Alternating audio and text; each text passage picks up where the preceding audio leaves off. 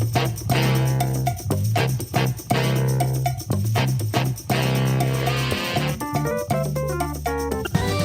y'all, welcome to this edition of Old Fools Talking Old School. And as summer quickly goes away, Rodney and I take an opportunity to say farewell to Serena Williams and her historic tennis career. We talk about that broke preacher who berates his congregation because he hadn't got his Movado watch.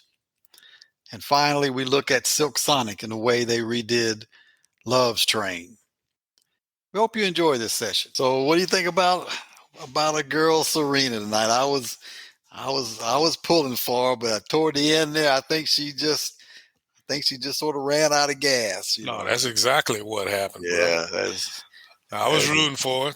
Thought she had, man, but as a matter of fact, when I was sitting up here watching, I was thinking about like when you and I have talked before. Man, this is just a young person's game, man. That little girl was knocking the hell out of that ball back to her. You know, Serena. Now I will give her credit. She played good for not playing much this year, right, so right. I'll give her that.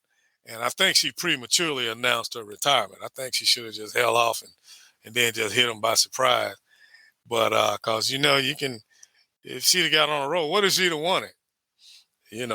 And but since she hadn't played, but it just made me know not only from the age point of view, but it just makes me know and respect women even more, man.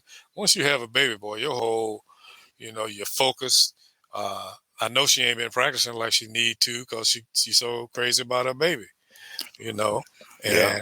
there comes a time when you got to say, like we did in intramural, I think I need to go back up in the stands. Yeah, You there's know? a time when that comes, and that's just like you say, that's just part of getting older. I mean, Yeah, and I was just thinking, I mean, I couldn't imagine being out there on that tennis court for over 3 hours. I three mean, hours. and as we all know, Serena ain't no small girl. I There mean, you go. have to haul all that around for 3 hours. I mean, there was a times that a couple of times that that other girl returned her shots and stuff, and Serena like, I ain't gonna try to go get it. Exactly. she didn't. She like, I ain't gonna expend the energy trying to get that one. I'm just gonna let it go. That's when I knew. Yeah, I yeah. was I like, said the nah. same thing. I said, If it yeah, hadn't she's. been for that crowd cheering her, she'd have gave up a long time Yeah, ago. yeah. I'm like, yeah. There's a couple of times she didn't even attempt to return the shot, Yeah. but yeah. I mean, like you say, that's just part of life, and like I say, they've had a good run, and Yep. I think they've really represented the sport, very well, Yeah. and I think just my own thoughts on matters. I think early on in their career, I think Richard, and even though I don't know if he, consciously was doing it or not, but I think he took a lot of the pressure off of them He did. and put it on himself with some of the stuff that he was doing. It's almost like, the media and everybody's going to focus on me because I'm saying crazy stuff and I'm doing crazy stuff. And the girls can just go play tennis. Yeah. And then underestimate them because they think their dad is stupid. Right. Right. And Yeah. I went in on it had already started, but it hadn't been on too long. You asked me the last time I watched that movie. I was sitting up here one old dark 30 one night and I was flipping the channel and it was on there. So I just stayed on there and looked at it. And I agree with you. It wasn't no blockbuster, but it was interesting in there, but it gives some insight. And what you just said is exactly what I thought about Richard, because I was even thinking about, because it wasn't covered in there. I remember reading an article about Tiger Woods' daddy calling him the stupidest man he knew, because Richard came off like that. Well, see, I know dudes like Richard from down there in Shreveport, Texarkana, right in the same neck of wood. They bullshit you with letting you think that they don't know what the hell they doing when they do. Just like Right. he manipulated that dude that wanted to make money off of him, got his facilities, got him moved up, but he thought he was going to take over. He said, no, you ain't finna run my girls in the ground. Look at Jenny Capriati over there. Capriati y'all got over there. Richard was wise beyond his years. He couldn't articulate it that good, Right. but Richard was on the one, and he wasn't the greatest person in the world, but but he set his mind to it and he got it. You know, and but yeah, it was a good little thing. Uh, uh, for I'm a biography, autobiography type kind of guy, or a documentary on real stuff. But there was some stuff in there I know that a whole lot of stuff they left out. Yeah, and that's what I was saying too. Not so much stuff that they left out, but I think well, but you do that in movies, so you embellish stuff. You got to Oh be yeah, able to get people's attention and make things seem a little bit more over the top than probably it really was. But yeah, I think in hindsight, I think he probably helped them get to the point to where when they got established, and then they could do things. There was talk about the dresses and skirts and stuff that they wore to matches and stuff. By that time, they were established stars then, right, so they could exactly. they could handle those things on their own. But I think as they were starting to come up and make a name for themselves in the tennis world, I think he deflected a lot of potential, Oh you yeah, know, uh, stressors and things of that nature away from him by the things that he was doing. oh And yeah. He just like the one scene in there, which I remember when it actually happened because they were talking about it when this damn reporter was talking to Venus like she's a grown ass woman. She's just a kid asking hmm her these probing questions. Richard's like, hold on, dude. You know, this is a child. You are sitting up here asking her all these questions, da da da. She's only 13 years old, or however old she was, and he got in there. So the dude knew what he was doing. He was protecting his daughters, and then he was also making sure that they wasn't going to be no one-hit wonder, and all they know how to do is hit tennis balls. hmm You know, hmm and them in there where they revolutionized the sport. I thought it was ironic when I was sitting up there and just knowing their history and all the things that they said they have gone through, which you can only imagine. Uh, how ironic! How uh, God makes when they first came into the league, they were being called all kind of names, and even Chris Everett with her old wrinkle up ass, she still got to try to criticize even at this. Hell, she's the GOAT, and your ass is jealous. And oh, she's getting lazy with her feet. One of the greatest player in the world. You down there critiquing them like they're a newbie.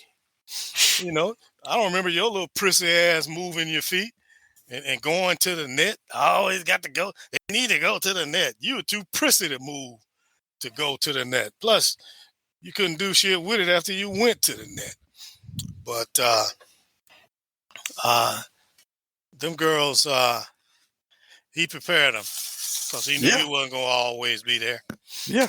I think he did a good job with that, and they took it upon themselves afterwards to get into different things, outside of the sport, and Yeah, I think they've set themselves up well, and to me, have been very well respected, inside and outside the sport too. So, yeah, I wish her nothing but the best. And as we talked about before, I think sometimes athletes have a hard time letting go, and hmm, knowing when it's time to go, and they sort of, tarnish their legacy a little bit by maybe staying a little bit too long. But, I Venus. think, yeah, yeah, I think, I think, she's realized where she is, and I think she realized that there's more to life than tennis. When you have a family that you have to Yeah. care for, a daughter that you're trying to bring up in the right way and stuff. It's time to move on. There's sometimes that's hard for athletes, but it seems like she's got that in mind. Like she says, she's not completely closing the door. Who knows? She might sort of pick and choose some things there, but I think as far as being fully competitive and all, which she hadn't been for a while now. Anyway, Yeah. I think she realized those days are probably gone. But Oh yeah. yeah, Well, but hell, yeah, she's smart. The hell, hey, some promoter want to give me 50 million to come back, get my racket. yeah, yeah. Come back for that one off every now and then, some kind of marquee event or Hell something. yeah. Yeah, oh yeah, it's not a problem at all. I'm here to tell you. But But I mean, I think she's got a lot of other things going on with, the Oh yeah, deal down in Miami and stuff that she can probably, decide which way she wants to go. And if she wants to make that decision, it definitely would be up to her. It ain't because I'm broke and I need the money, that's right. So that's Not only that's the her, big thing. not only her deep pockets, but that boy she married to got deep pockets, and Yeah, and, I was and reading a story about him the other day, and he was talking about how he said he didn't even like tennis. He said my dad used to watch tennis, and I'd be over there asleep, so I could care less about tennis. And so I don't know if it said in that article how they actually met or not, but he was saying how, once they got together, he obviously, started to know, understand the game more and get more into the game. Of course, I mean, your wife is doing that for a living, but he mhm. said, yeah, at first he didn't even like tennis. Hey, I can understand. He saw all that booty walking across there. Like I think I can like this.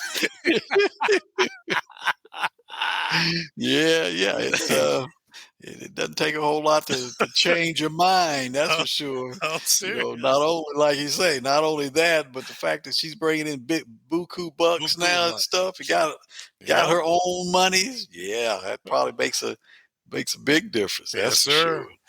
Yes, sir. Because if we walk away, that's what we doing. We just gonna walk away. Don't mess with Hmm. mine. I won't mess with yours. That's right. You know. That's right. So Yeah, yeah. Uh, did, have uh, have you seen that video of that preacher that was that was yeah, dogging his congregation about his Movado watch? Have you seen that? yeah, I saw that stupid ass man. I tell you what, boy, and it's what's even more stupid. Like these Trumpists. Why would anybody follow that Negro? I just can't. What do you call it? He called him broke down, something broke. Yeah, yeah, yeah. He called him, what do you Yeah, call him, broke. Yeah.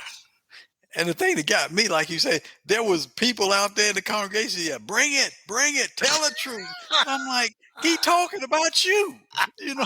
And you talk about bring it, tell the truth, tell it. I'm like, Lord. I don't believe you're gonna be sitting there, signing off on what he's saying up there. And talking about y'all, you can't give me your McDonald's money, you can't give me your Red Lobster money. Ain't I that asked so? you for that Movado watch. They sell that at Sam. I asked y'all way back in February. It's August. Y'all still ain't got me. Ain't I'm that some like, shit? I don't believe he's saying that, and I don't believe there's people out there in the pews talking about Man, bring it, tell the truth. I'm man, it beats all I've ever seen. like, You know, his Movado watch. I'm yeah, like, yeah, boy, yeah, I couldn't believe. It. Yeah, I saw it, man. I was like, okay, and this is our people. yeah, yeah. That's for sure. That's for sure. But yeah, when I went and saw that, I said that made me think about that other preacher was it Creflo Dollar? Which one of Hmm. them that wanted his Hmm. congregation to buy that airplane? Yeah, and and was they and did. was yeah, was dogging dogging the Hmm. congregation. He ain't got his airplane. Everybody else got an airplane, and I'm just thinking, where is religion gone to? What happened to the This is humble, I'm here to serve the Lord kind of preacher of the old days? I mean, organized. Organized religion is a joke now. They done lost. They ain't worshiping God. They worshiping that clown that can get up there and smooth talk them. That's just like I read an article one time about Creflo Dollar. Somebody was talking about him down there in Atlanta, talking about uh, he talking about he needed that plane to spread the gospel because he travels the world. And somebody was saying, yeah, with his daughter and his wife on there going to shop at all these expensive shops overseas. That's the only thing he doing it for. And it's Roland's got a friend that used to follow him down in Atlanta. A little boy, they grew up with him down there. As a matter of fact, he was deep into the church for a while. Needless to say, he ain't no more. Uh-huh. You know, the true colors usually show up, and for those who want to see it, but I just don't. Do we have people that needy out there? Maybe I'm just not with it no more. I just can't see, man. No person unless God Himself come down and say, "Hey, Rodney, I need a plane. The rest of y'all out of luck. Oh no. Oh, and just like in my hometown, these folks be out there. Well, we sent the pastor and the first lady to Hawaii. We. If his ass went to Hawaii, he gonna be the one doing it. Oh well, it's the pastor's anniversary. I said, I don't see that sending me nothing on my anniversary. I'll be damned if I'm sending him anything. Yeah. But that kind of stuff seemed to be more and more the norm. What you gonna do for Pastor Appreciation Day? We gave him this, we gave him that, and I'm like, well, I guess I look at it like my appreciation is the fact that we're letting you preach to us. That's my appreciation. But yeah, they do that more and more now, where they have those appreciation days, and these don't want to sleep in. Don't want to stay in the parsonage. They want you to buy them a nice house to live in. Mm-hmm. To preach to you, man. I'm like, give me a break. Yeah.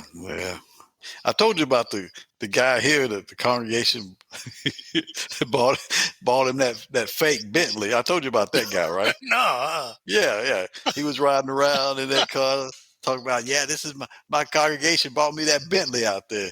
And the guy at the barbershop, John, he said, man, I went out there to take a look at it. I'm like, man, when did the Bentley have crank windows on it? Crank windows on his stuff. So he was looking around in there. He said, I said, okay, yeah, he's talking about this nice Bentley. I looked at the grill and everything. And another guy was sitting in there in the barbershop. He said, I came back in, and his brother named John. John was a barber guy called Mo. So Mo was sitting out there and said, man, you know what that is, right? He said, what do you mean you know what this is? He said, man, that's an old Cutlass. And this man would have had to put that front end on, and he think he got a Bentley. John said, well, I was wondering why that Bentley got crank windows on it. When you crank them up like, he said, that's an old Cutlass, man.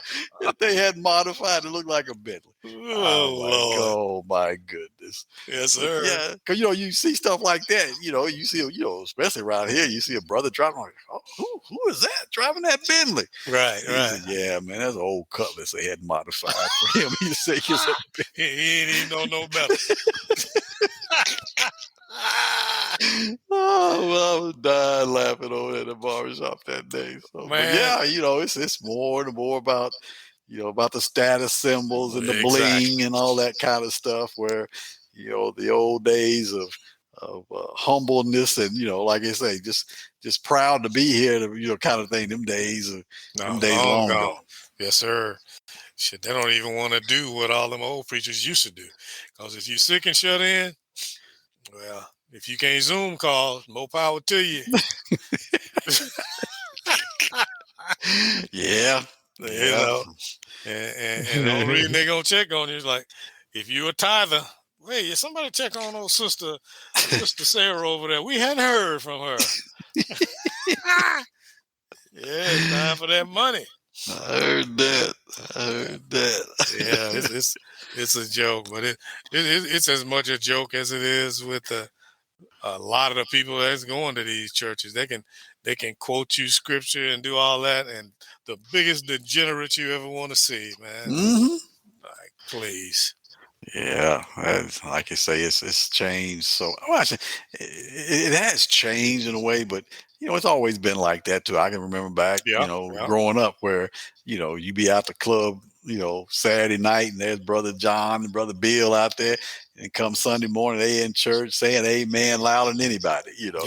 So it's always been sort of like that, but it just seems like now it's more about the material things than ever before. Mm-hmm. It just seemed like they just, like I say, there's not that humbleness that used to be there. Well, it's a hustle now. I've always said, we got a couple of families back in my hometown. The whole damn family is preaching. Now, God didn't call all of them. That's the LLC. I can see God might have called your daddy, but he didn't call your brother, your sister, your uncle. All y'all ain't called.